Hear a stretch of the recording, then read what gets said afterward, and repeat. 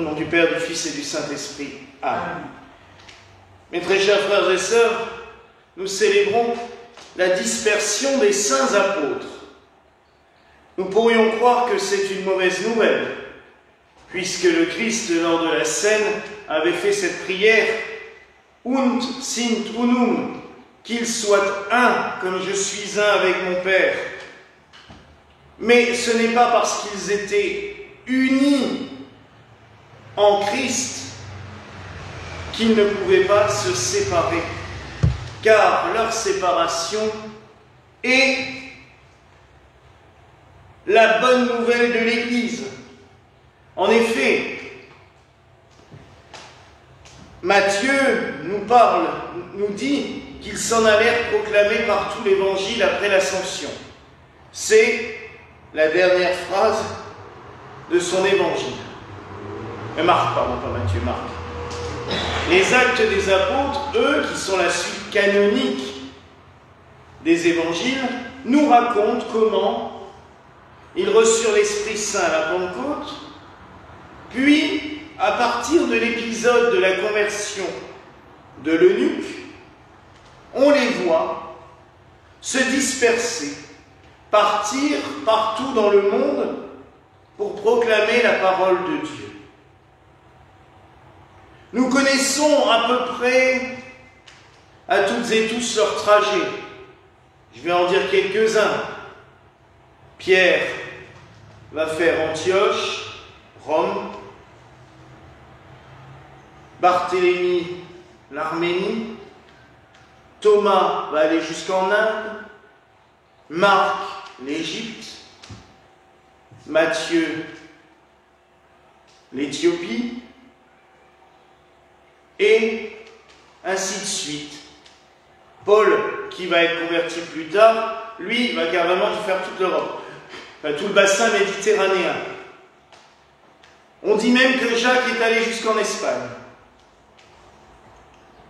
C'est donc la bonne nouvelle, le fait de célébrer cette dispersion des apôtres, car c'est le commencement de l'élan missionnaire de l'Église, de l'élan apostolique, le fait d'aller porter le message partout dans le monde, dans la paix, dans la sérénité, dans l'amour, pas de prise d'armes, pas de violence dans cette évangélisation. Et c'est ce qui fait que c'est une évangélisation sainte et belle, et pas ces évangélisations des missionnaires du XVIe, XVIIe, où on les accompagnait d'une armée pour être sûr que l'autochtone se convertisse manu militari. Là, avec les apôtres, c'est de la conversion, pas instantanée, mais de cœur à cœur.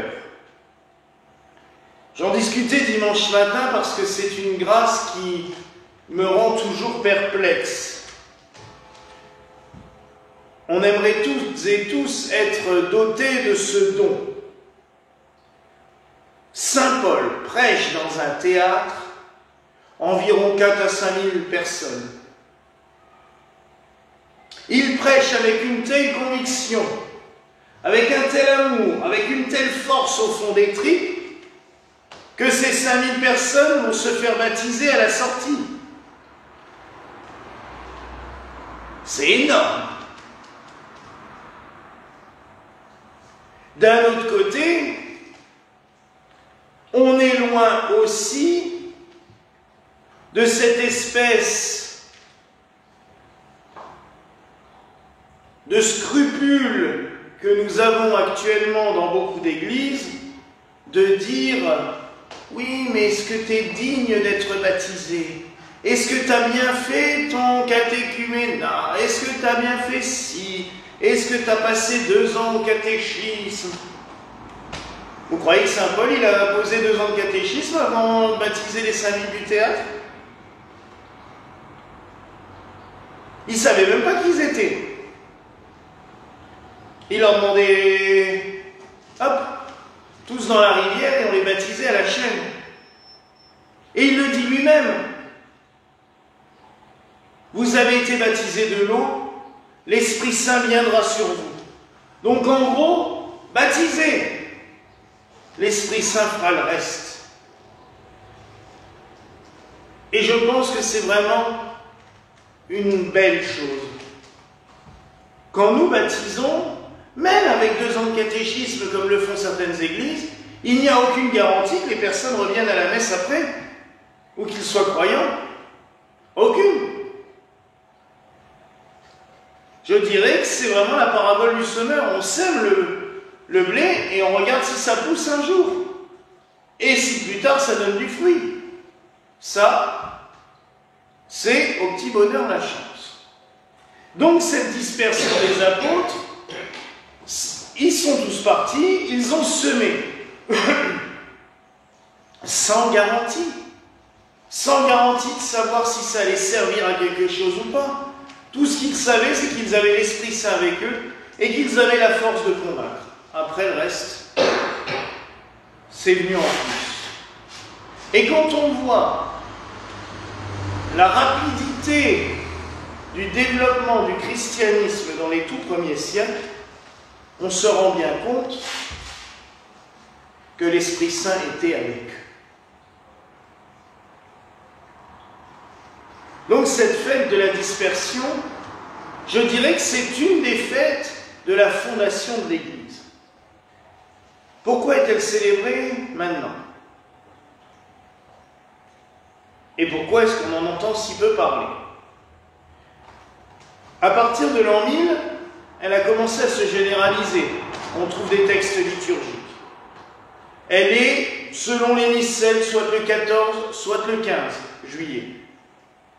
Généralement, les communautés qui célèbrent le 15, la libération de Jérusalem et la consécration de la basilique du Saint-Sépulcre, donc la fête de la Sainte Jérusalem, ont avancé au 14 la dispersion des apôtres. Donc on trouve les 2 dates. Guillaume du Rendement, le grand liturgiste du XIIIe siècle, fait tout un chapitre au sujet de cette fête. Mais elle ne se généralise jamais. Elle est propre à certains diocèses, à certains lieux. Au moment de la réforme, la contre-réforme catholique, le Concile de Trente ne juge pas bon de la mettre dans le calendrier. Dommage. Heureusement, elle va être ressuscitée à partir du XVIIe, XVIIIe par les sociétés missionnaires, notamment allemandes, qui se disent « Mais pour nous, qui sommes missionnaires, cette fête, elle est parfaite. Il nous faut donc la célébrer. » Et ils vont la rajouter à leur calendrier, demander aux évêques de pouvoir l'ajouter à leur calendrier propre. Quand nous avons eu connaissance de cette fête, nous l'avons forcément ajoutée, nous aussi, au calendrier gallican, car elle est une richesse phénoménale, et surtout, elle montre 2 choses. Que notre communauté est attachée à la tradition apostolique, par la succession des apôtres, par les évêques, mais aussi à cet élan missionnaire, car je l'ai déjà dit plusieurs fois, on peut être missionnaire partout. Il n'y a pas besoin d'aller au fin fond de la Papouasie pour être missionnaire, quand dans notre monde actuel, 80% des gens ne croient plus en Dieu.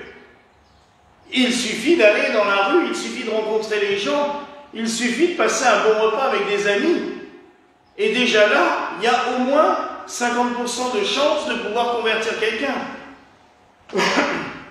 Et pas le convertir par la force, par l'amour, par l'exemple, par les saints évangiles. Donc mes frères et sœurs, en ce jour où nous célébrons la dispersion des apôtres, prions le Seigneur qui nous donne de nombreux missionnaires. Des missionnaires qui ont un cœur apostolique, un cœur évangélique, un cœur aimant,